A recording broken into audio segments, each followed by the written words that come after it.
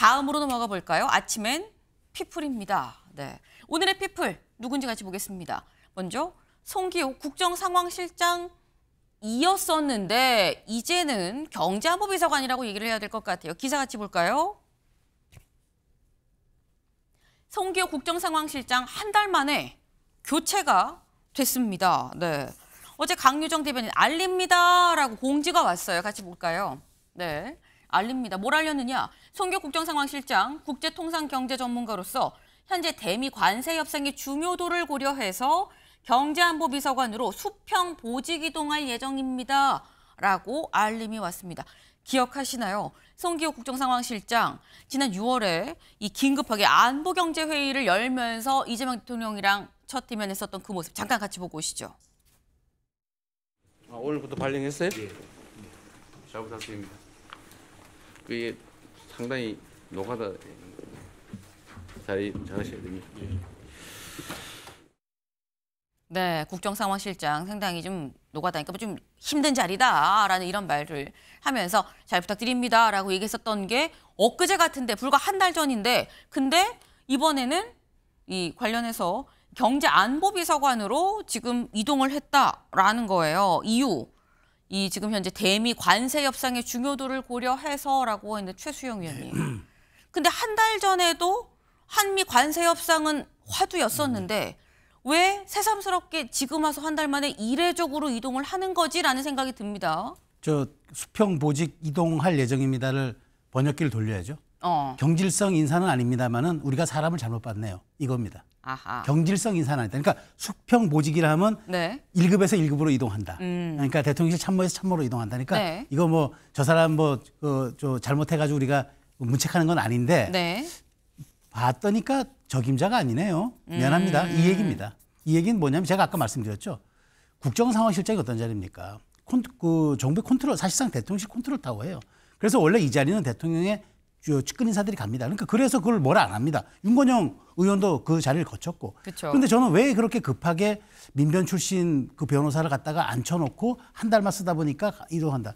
인사검증 허술하게 짝이 없는 거죠. 국정상황실장 한 달 후에 임명하면 누가 뭐라 합니까? 근데 괜히 그렇게 해놓고 이제 와서 자임하는 거예요.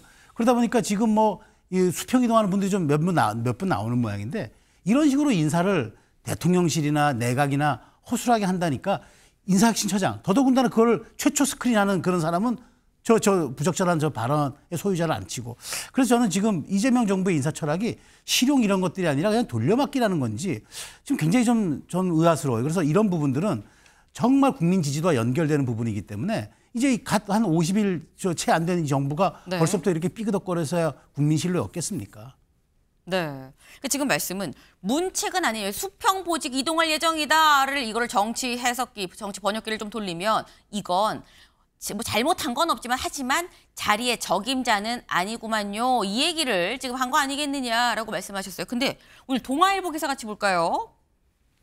동아일보는 또 이렇게 제목을 뽑았습니다. 국정상황실장 한 달 새 교체, 이례적인 상황은 맞아요. 근데 여당 내부에서 나오는 얘기가 사실상 경질이다라는 얘기가 여당 내부에서 나옵니다. 근데 그렇다고 한다면 윤경호 위원님, 사실 한 달 만에 경질이 될 만한 사안이 또 뭐가 있었느냐라는 생각이 들기도 들거든요. 근데 경질이라고 저는 보고 싶지 않은 게요. 네. 저분이 오히려 자기의 전공을 찾아서 제자리에 간 걸로 보여요. 적임자 자리로 간 네. 거다. 국제경제통상 전문가다라고 처음부터 얘기를 했어요. 그리고 송기호 변호사를 기억하는 분들 국가 간의 통상 분쟁, ISD라고 얘기하잖아요. 그 문제가 터질 때마다 정부가 미처 챙기지 못했던 아주 여러 세심한 분야까지도 의견을 내놨고 대안까지도 제시했던 기억들이 나실 거예요. 그런 점에서 저는 처음부터 송기호 변호사 같은 분은 경제안보비서관이라고 돼 있는 저 자리가 딱 적임인데 국정상황실장으로 곁에 뒀다. 뭐 얼마든지 바꿀 수 있는 거죠. 저걸 이렇게 비판적으로 보기 시작하면 사실 한도 끝도 없어요. 경질이면 쓰지 말아야죠.